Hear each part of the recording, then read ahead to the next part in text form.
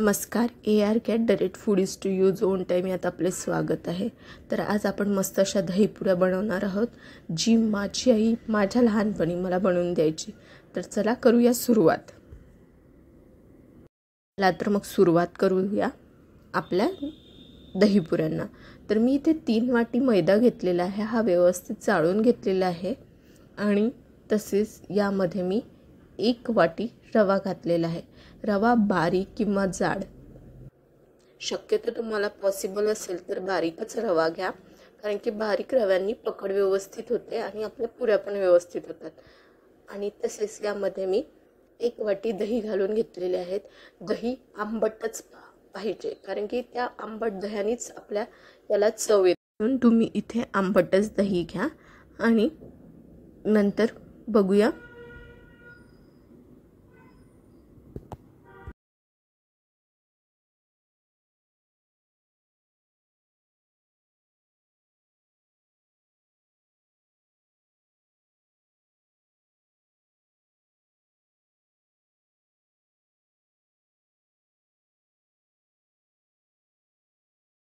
नंतर इथे आपल्याला या छोट्या चम्मचने 1 चम्मच बेकिंग पावडर घालून घ्यायचं आहे। यामुळे आपल्या पुऱ्या ह्या खुसखुशीत होतात। तसेच यामध्ये खायचा सोडा पण घालून घ्यायचा आहे, पाऊण चम्मच। आणि त्याच चम्मचनी छोटा चम्मच मीठ आपल्याला चवीसाठी म्हणून घालून घ्यायचे आहे। हे सगळं घातल्याच्या नंतर आपल्याला हे मिश्रण व्यवस्थित मिक्स करून घ्यायचे आहे आणि मळून घ्यायचं आहे। तर चला बघूया।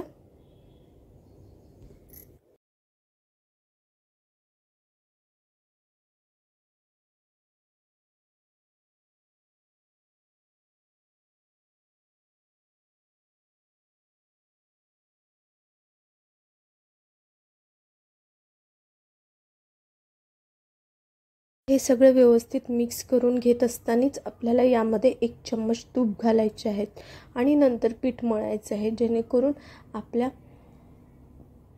दहीपुऱ्यांना चव पण व्यवस्थित येणार आणि त्या खुसखुशीत पण होणार। आणि एकदम म्हणतात ना, जर आपण पुऱ्या केल्या की त्या नंतर वातड होतात, तसा प्रकार घडणार नाही आपल्या दहीपुऱ्यांसोबत। याला आपल्याला बिलकुल चपातीचं पीठ मळतो ना तसं मळून घ्यायचं आहे आणि व्यवस्थित सॉफ्ट आपलं हे पीठ होणार आहे। तुम्ही बघू शकता एकदम सॉफ्ट झालेलं आहे, एकदम आपल्याला घट्ट पण भिजवायचं नाही आहे आणि एकदम पातळ पण नाही।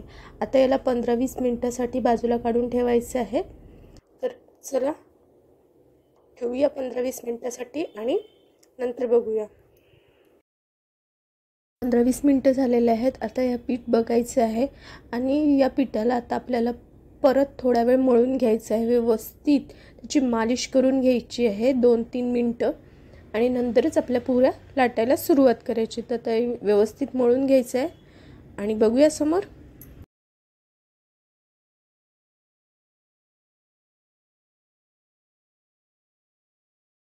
पिठाची व्यवस्थित मी मालिश करून घेतलेली आहे। आता आपण पुऱ्या लाटायला सुरुवात करूया। तर आताच व्यवस्थित आपल्या पुऱ्या लाटून घ्यायच्या आहेत। मी छोट्या छोट्या पुऱ्या लाटलेल्या नाही आहेत, मी अख्खी एक मोठी चपाती लाटली आहे आणि ग्लासच्या काठांनी त्याच्या छोट्या छोट्या पुऱ्या करून घेतलेल्या आहेत। तुम्हाला जसं सोयीस्कर वाटतं तसं तुम्ही करू शकता। तर चला बघूया समोर। छानपैकी अशा साध्या सोप्या पद्धतीने माझ्या पुऱ्या तयार झालेल्या आहेत। तुम्ही बघू शकता किती इझिली मी माझ्या पुऱ्या तयार करून घेतलेल्या आहेत।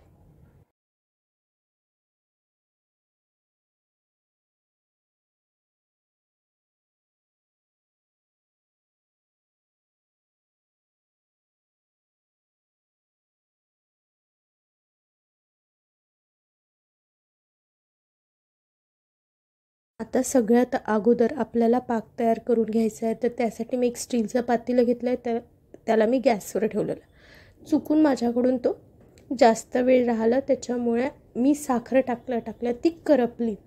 तर आता आपल्याला आलं असेल टेन्शन की काय करायचं, तर काही करायची गरज नाही आहे। त्याला व्यवस्थित आपल्याला पाहिजे तेवढी साखर घालून घ्यायची आहे। मी त्याच्यामध्ये सध्या तरी 1 वाटी पाणी टाकलेलं आहे, 1 वाटी साखर आणि 1 वाटी पाणी। ॲक्च्युअलमध्ये आपल्याला 3 वाट्या साखर घ्यायची आहे आणि 3 वाट्याच पाणी घ्यायचं आहे आपल्याला। आता हे व्यवस्थित आपल्याला उकळून घ्यायचं आहे आणि नंतर समोर काय करायचं ते मी तुम्हाला सांगणार आहे. तर चला बघूया.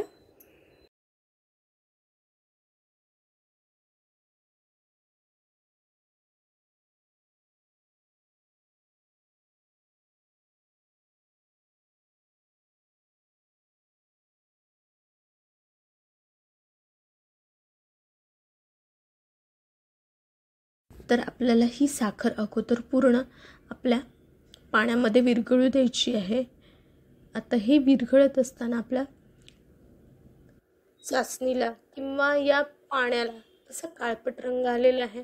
आता हा स्वच्छ कसा करायचा ते पण मी समोर तुम्हाला सांगत आहे, त्याच्यामुळे हा व्हिडिओ बघत राहा.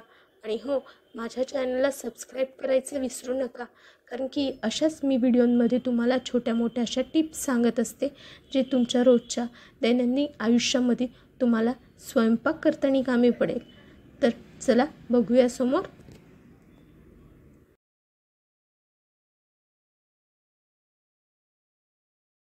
आपल्या पाकाला उकळी यायला सुरुवात झाली आणि तो थोडं काळपट दिसतोय. तर आता काय करायचं, सगळ्यात अगोदर त्यामध्ये 2 चम्मच दूध घालून घ्यायचं आहे आणि त्याला व्यवस्थित उकळी येऊ द्यायची आहे.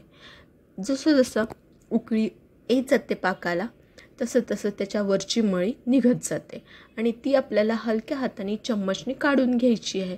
तुम्ही बघू शकता, बघा कशी उकळी आल्याच्या नंतर ते काळा काळा फेस वर आलेला आहे, तो आपल्याला सगळ्या काढून घ्यायचा आहे.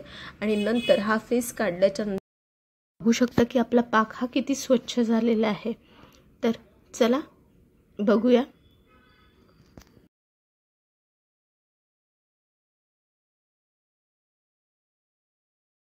पाक करताना चुकीने करपला तरी टेन्शन घ्यायची आता काहीही गरज नाही. ही ट्रिक तुम्ही सहज वापरू शकता. आणि हो, रव्याचे लाडू, मोतीचूरचे लाडू बनवताना पण तुम्ही पाक करताच की, त्यात जरी ही ट्रिक वापरून तो केला तर तुमच्या पाकामधला कडवटपणा म्हणजे जे साखरेवरची मळी असते ते निघून जातं आणि पाक तर स्वच्छ होतो, पण त्यात जो थोडा कडवटपणा असतो तो पण कमी होतो. त्याच्यामुळे ही कोणत्याही पाकाचा पदार्थ करताना ही ट्रिक नक्की वापरा. तर चला बघूया समोर. आपल्याला हा पाक कडक करून घ्यायचा आहे, जेणेकरून आपल्या बनवलेल्या दहीपुऱ्या त्यात टाकल्याच्या नंतर थंड्या झाल्याच्या नंतर त्या नरम राहता कामा नये. त्याच्यामुळे हा पाक आपल्याला 2 तारी करून घ्यायचा आहे, जेणेकरून ह्या थंड झाल्या की त्या कडक आणि खुसखुशीत राहतील. तर मग आपला हा पाक आता तयार आहे. तर आता आपण तळण्याची तयारी करूया. तर मग आता आपला पाक तयार झालेला आहे. तर आता आपण पुऱ्या तळायला घेणार आहेत. तर मी कढईमध्ये आपल्याला तळण्यासाठी जेवढं आवश्यक आहे तेवढं तेल घेतलेलं आहे आणि आता त्यामध्ये आपण पुऱ्या टाकून तळून घेणार आहेत. आणि हो, मी पुऱ्यांना डेकोरेट करण्यासाठी थोडा ऑरेंज कलर मधात लावलेला आहे. तुम्ही नाही लावला तरी चालेल, पण हाऊस म्हणून काही वेगळं दिसायला छान म्हणून मी तो कलर लावलेला आहे. तर चला बघूया. आपलं तेल व्यवस्थित गरम झालेलं होतं आणि आता मी पटापटा पुऱ्या काढून घेत आहे. तर चला बघूया. बघू शकता, एक साईडनी माझ्या पुऱ्या तळणं सुरू आहे आणि दुसऱ्या साईडने त्या पाकामधून काढणं सुरू आहे. तर याने काय होतं, गरम गरमच पुऱ्या आपण पाकामध्ये टाकल्या तर पाक लगेच शोषून घेतो आणि आपल्या पुऱ्या या मस्त होतात आणि एकदम काय म्हणतात रसरसीत अशा पुऱ्या होतात आणि या थंड झाल्याच्या नंतर आणखी कुरकुरीत होतात. तर तुम्ही बघू शकता.